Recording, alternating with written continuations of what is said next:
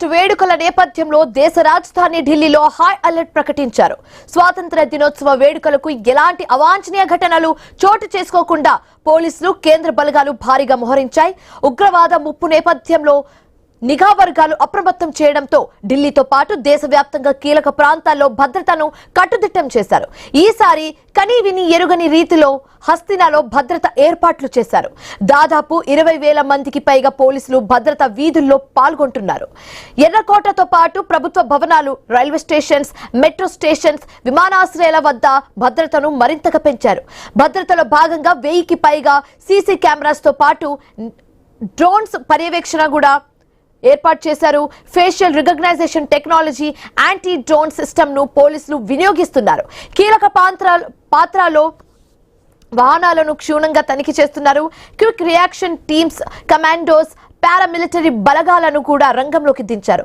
ఢిల్లీలో అడుగడుగున తనిఖీలు నిర్వహిస్తుండటంతో పాటు పలు ప్రాంతాల్లో ట్రాఫిక్ ఆంక్షలు అమలు చేస్తున్నారు. స్వాతంత్ర దినోత్సవ వేడుకలు ప్రశాంతంగా జరిగేలా భద్రతా సంస్థలు అన్ని జాగ్రత్తలు తీసుకుంటున్నాయి.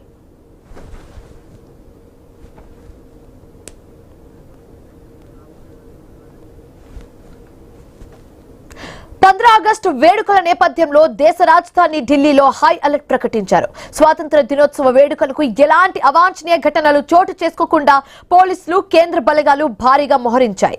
ఉగ్రవాద ముప్పు నేపథ్యంలో నిఘా వర్గాలు అప్రమత్తం చేయడంతో ఢిల్లీతో పాటు దేశవ్యాప్తంగా కీలక ప్రాంతాల్లో భద్రతను కట్టుదిట్టం చేశారు.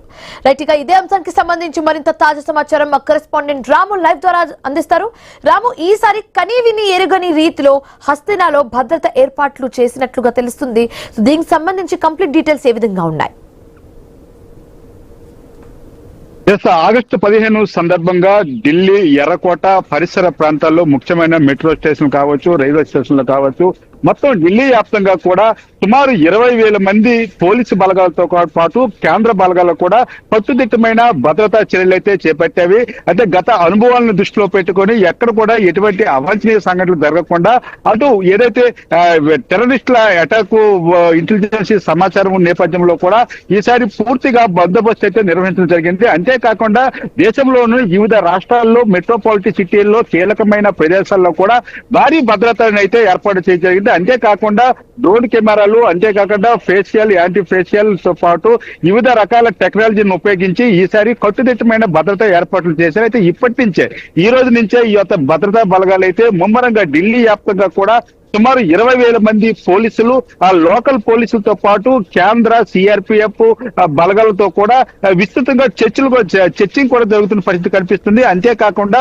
అనుమానాస్పదంగా ఉన్న వాహనాలను కూడా కీలక ప్రాంతాల్లో తనిఖీ చేస్తున్న పరిస్థితి అయితే కనిపిస్తుంది. ముఖ్యంగా గతంలో ఎన్నడూ లేని విధంగా కేంద్ర ప్రభుత్వం కూడా ఈ అంశాన్ని చాలా ప్రతిష్టాత్మకంగా తీసుకుంది. స్వాతంత్ర వేడుకల్లో ప్రజలు సురక్షితంగా ఉండాలి, అంటే భద్రతా సిబ్బందిని కూడా సహకరించాలని మాత్రం కోరుతున్నారు. ఎక్కడైనా ఎటువంటి చెకింగ్లకు కానీ భద్రతా బలగాలు ప్రజలకు సంబంధించి ప్రశ్నలు అడిగినా, విచారించినా సరే దానికి భద్రతా బలగాలకు సహకరించాలని ఇప్పటికే కేంద్ర ప్రభుత్వం కూడా ఆదేశాలు జారీ చేయింది. ముఖ్యంగా దేశ రాజధానిలో కూడా ముఖ్యమైన ప్రాంతాల్లో ఈ యొక్క భద్రత అనేది కొనసాగుతుందని చెప్పుకోవచ్చు. అయితే ముఖ్యంగా ఉగ్రవాదుల ముప్పు ఉందని నిఘా సంస్థలు, భద్రతా సంస్థలలో అప్రమత్తంగా ఉండాలని నిఘా వర్గాలు చెప్పడంతో ఈ యొక్క చర్యలు చేపట్టినట్టు కూడా కేంద్ర ప్రభుత్వం స్పష్టం చేసింది. Shivani, right, thanks for the updates Ramu.